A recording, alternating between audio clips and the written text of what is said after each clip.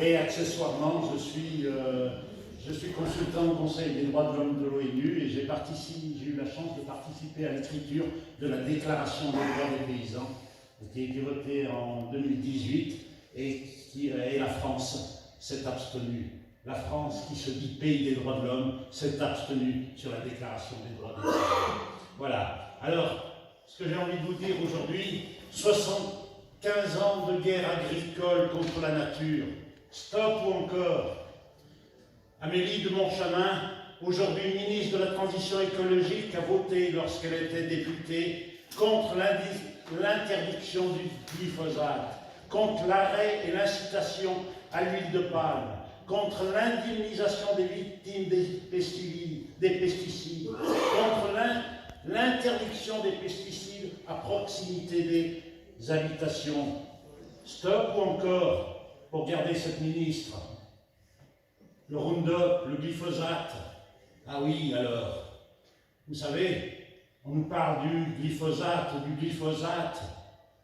Savez-vous que le glyphosate, il est certes potentiellement cancérigène, mais c'est la molécule la moins dangereuse de celle qui est dans le Roundup. Dans le Roundup, il y a 3 choses. Le glyphosate, certes, potentiellement cancérigène, mais il y a des adjuvants et des excipients.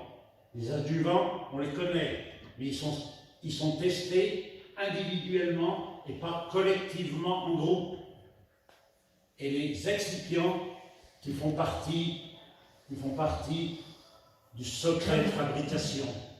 Eh bien, dans les excipients, le professeur Serralini de l'université de Caen vient de découvrir qu'il y a 42% d'arsenic et du plomb. Et là, Bayer vient de sortir le nouveau glyphosate, le nouveau Roundup sans glyphosate, au vinaigre blanc. Tout le monde va croire que c'est du glyphosate bio, mais l'arsenic et le plomb seront toujours présents.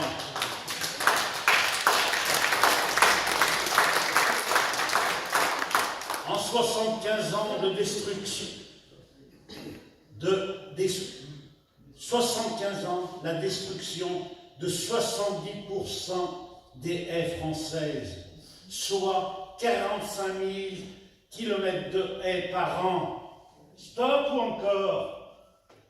75 ans de destruction du monde paysan. En 1950, 6,3 millions de paysans. Aujourd'hui, 380 000.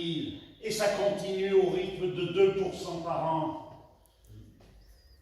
La surface agricole utile, 72% du territoire français la surface agricole utile représentait 72% du territoire français en 1950. Aujourd'hui, plus que 50%. Les routes, les fermes, les lotissements, l'industrialisation, le nombre de fermes, on est passé de 2 280 000 à 380 000, soit moins de 1,9 million de fermes qui ont disparu en 70 ans. La surface moyenne, par contre, est passée de 10 hectares à 69 hectares. La part de l'agriculture dans l'emploi total, en 1950, c'était 31% de gens qui travaillaient soit à la terre, soit en tant qu'ouvriers. Ouais. Aujourd'hui, ça ne représente plus que 2,5%.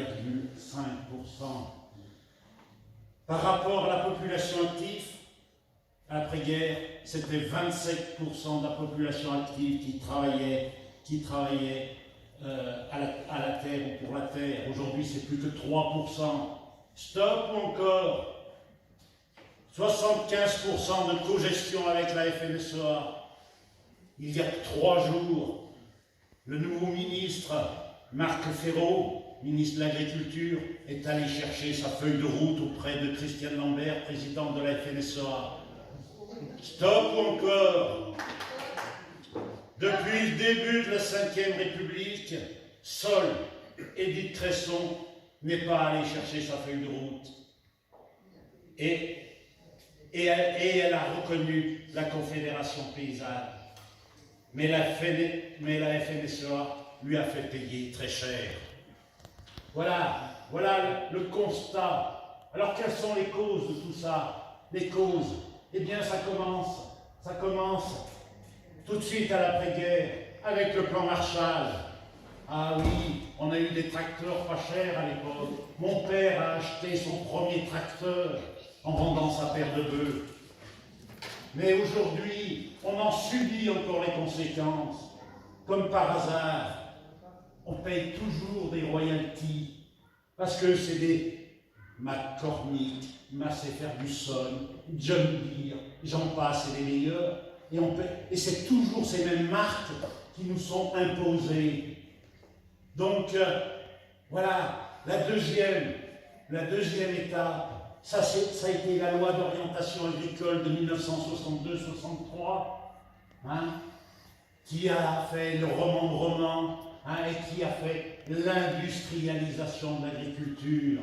Oh, à l'époque, on ne parlait pas comme ça, on disait il faut moderniser les fermes, on faisait de la modernisation agricole. Hein. Non, on était déjà dans l'industrialisation. Donc, voilà, et pour finir, eh bien, la PAC, la politique agricole commune, avec ses aberrations, puisque les aides sont données à l'hectare. Plus tu as d'hectares, plus tu touches. Le gars qui a 1 hectare, femme maréchal, tu parles, il va toucher 350 € par an. Tu parles d'un coup, c'est pas ça qui va le sortir d'affaire. Le gars qui a 100 hectares, ça fait déjà 350 000 €. Et le gars qui a 1000 hectares, ça fait 350 000 €. Et c'est ces gens-là, qui touchent ces sommes-là, qui sont bras debout contre ceux qui touchent les minima sociaux, RSA et compagnie. Ils disent, mais c'est fainéant, il ne faut pas leur donner de l'argent, alors qu'ils touchent des milliers, et ce n'est pas plafonné. Alors que les aides PAC, elles auraient pu être distribuées autrement, hein, tout simplement en y mettant à l'individu. Alors le curseur, je m'en fous, il est à discuter entre les syndicats, qu'il soit à 1 000 €, 2 000 ou 5 000 ou 10 000 €, c'est à discuter. Mais ça permettrait au moins d'avoir de l'emploi agricole. Et ces fermes plus petites, en ayant des fermes plus petites, on aurait plus de qualité, parce que, racontez-nous pas d'histoire, c'est pas en ayant des fermes immenses qu'on fait de la qualité, on fait de la merde, tout simplement. Donc, voilà, alors je pourrais pendant 2 heures, si j'avais le temps, vous expliquer qu'on a des alternatives, on a des alternatives qui marchent. Hein? Et moi, j'en suis la preuve. Sur ma ferme, j'ai mis en place des alternatives. Je suis arrivé à me passer de pesticides. Je suis arrivé à diminuer de 700 kg d'engrais chimiques à l'hectare. À la même retraite, je n'étais plus qu'à 60 kg. En ayant les mêmes rendements que mes voisins. Donc, il y a des possibilités. Donc, je ne vais pas être plus long. Je voudrais simplement, pour ceux qui veulent en savoir plus, j'ai eu le temps, là, pendant le Covid, d'écrire un livre qui s'appelle Le berger des mésanges bleus. Je serai à la fin, tout à l'heure, je pourrais vous le dédicacer pour ceux qui le veulent, et comme ça, vous pourrez en apprendre encore beaucoup plus. Alors maintenant, je vous dis qu'une chose, votez pour Mylène, parce que c'est elle, et je vous garantis que sur le niveau agricole, je la soutiendrai pendant tout son mandat, pour que si elle a parce qu'elle n'est pas du milieu agricole, elle ne connaît pas complètement dans le milieu agricole, et elle aura des dossiers agricoles à traiter, eh bien je serai là pour l'aider. Ça, vous pouvez compter sur moi. Merci.